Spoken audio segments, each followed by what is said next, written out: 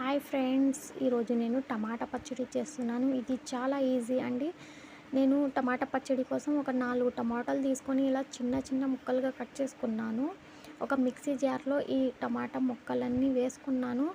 ఇందులో వెల్లుల్లి రెబ్బలు, అలాగే half teaspoon salt, 1 teaspoon కారం వేసుకొని మెత్తగా మిక్సీలో గ్రైండ్ చేసుకున్నానండి.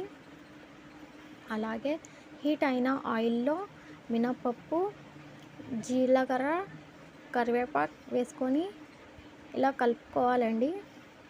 అలాగే గ్రైండ్ చేసుకున్న టమాటా పచ్చడి కూడా వేసుకోవాలి.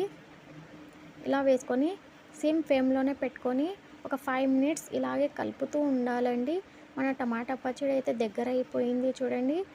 లాస్ట్ ఫ్లేవర్ కోసం కొత్తిమీర యాడ్ చేసుకోవాలి. ఇలా బాగా కలుపుకోవాలి. అంతే, మన టమాటా పచ్చడి అయితే రెడీ అయిపోయింది. ప్లీజ్